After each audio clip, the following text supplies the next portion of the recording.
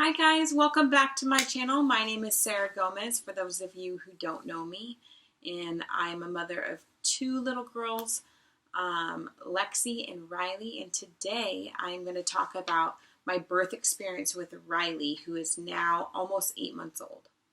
So with my first daughter, I had a C-section, and now with Riley, I was trying to do a VBAC, which is a vaginal birth after C-section. And I ended up going with Kaiser this time, and they were very supportive with the VBAC, and they wanted to push for that. They did let me know that the bigger Riley gets, the harder it is to do a VBAC because of tearing. And my due date came and went. I did everything I could to try to get her out. We were walking every day. And at my due date, I was about 1 centimeter, which is basically nothing. I didn't want to induce. I wanted to just wait. But they were kind of encouraging me to induce because of that risk of her being so large. But then I went back and just did a lot of research about inducing, about VBACs, and kind of what's the best option for me. And I heard about the balloon, which is where they stick, it's kind of graphic, they stick a tube on the top of the cervix and the bottom of the cervix. It had a balloon in it, and they pump it with saline, which weighs it down, and it eventually should fall out, and you should be about 3 to 4 centimeters dilated, and that should kick in your natural oxytocin to help start your birth process. I had that in for about 13 hours. And by the way, I was at 41 weeks and 5 days when we decided to induce with the balloon. So I was in there for 13 to 14 hours, and they couldn't get, or they said that the balloon hadn't fallen out. So they decided just to take it out. They took it out, and they realized I actually was at 3 centimeters dilated already. Then they decided to start PIT, which I didn't want them to do, but they started it low at 2, and then did increase it to 3. I still wasn't doing anything, wasn't progressing much. I probably was at 4 centimeters dilated at that point, and the nurse came in and turned it up to 6, and I had no idea. But I did start to feel some pain, and it was just getting worse and worse. And I decided, because it's such a long process, I hadn't eaten in a long time, that I decided to do the epidural. Beforehand, I wasn't sure if I was going to do it or not, but I decided to go ahead and do the epidural. The hardest part about this whole process probably was that I was hungry the entire time. And most of the time while I was up, I didn't get really any sleep. I was in the hospital for a day and a half, and Steven got a lot of sleep. And even, I think he went and did, he's a plumber, so I think he left and did a plumbing job and came back at one point. So it's probably a pretty good process for him. So then we had the epidural, which went smoothly when they put it in, perfectly, didn't hurt that much. But then I was having issues with having to turn over on one side, was feeling a lot, still feeling pain. I know, I hear that every woman, it just acts differently to their body. So that's just what it did for me. So I finally got to 10 centimeters, 100% dilated, and I was excited. I finally can push. I can finally meet my daughter. And then they tell me I have to wait again because her station was too high. So there's 3 ways that they measure if you're ready to push: centimeters, effacement, and station. And the station could be at like -3, -2, -1, 0, and then 1, 2. And I think she was at a -2, even though I was dilated fine. She just didn't want to drop down.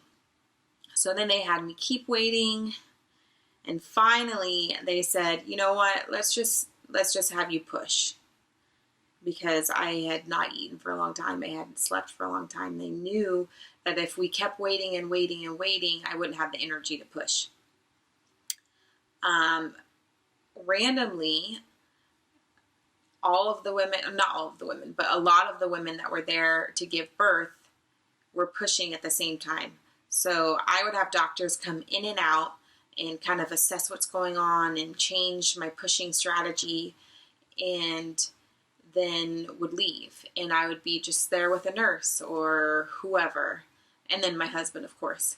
And so I was up in the stirrups, and I would have the nurse and my husband each take a leg, and when we were ready to push, I would push as hard as I could. They kept telling me how great of a pusher I was, mainly because I didn't want a C-section, because I knew if I couldn't push her out, I would automatically just be having a C-section again. And so I kept pushing, and they ended up slowing down my pushing because her heart rate started dropping a little bit. So instead of pushing at every contraction, I was pushing at every other contraction.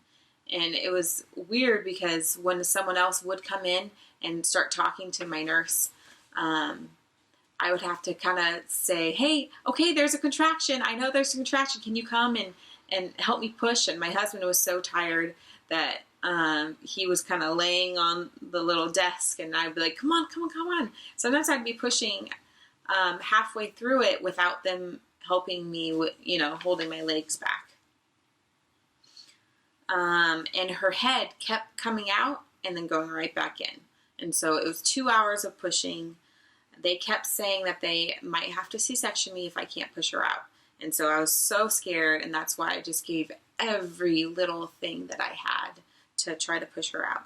Finally, they decided, let's just go ahead and give you a episiotomy and see if you can push her out from there. If that doesn't work, C-section. Luckily, Riley Liberty Gomez was born at around 1:30-ish p.m. I don't remember the exact time. On Thanksgiving Day, November 23rd, 2018. And she came out kind of all at once. She did have meconium in there, but she was perfectly fine, perfectly healthy. I was very thankful for that. And we did, on our birth plan, have very specific instructions that we didn't want any vaccines, we didn't want the vitamin K shot, the goop that they put over their eyes, we didn't want any of that. We wanted her to just be, even though we were doing it in the hospital, we wanted to be as natural as we could. And they didn't really like that. They kept asking, are you sure? Are you sure you don't want any vaccines? And we were sure, but they let us. So that was great. They let me hold her right away. They let me delay the cutting of the cord because that's supposed to be better for her, and it was great. So Riley just woke up from her nap. So this is Riley. She's 7.5 months old now. But again, with her birth, we stayed in the hospital for only a day because it was on Thanksgiving Day and my family was coming out to do Thanksgiving with us the following day. So I just got out of there. I got a lot more sleep at home than I would have at the hospital. But I had a great experience, a lot better than her sister, who was only about 2 pounds when she was born at 32 weeks. And we're just so excited and happy to have Riley in our family, aren't we, Ry? Yeah. All right, guys. Thank you for watching.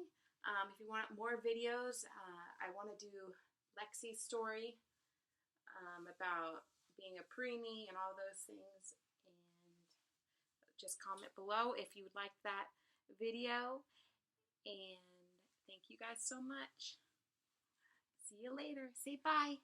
Bye. No, she doesn't want to say bye. Bye, guys.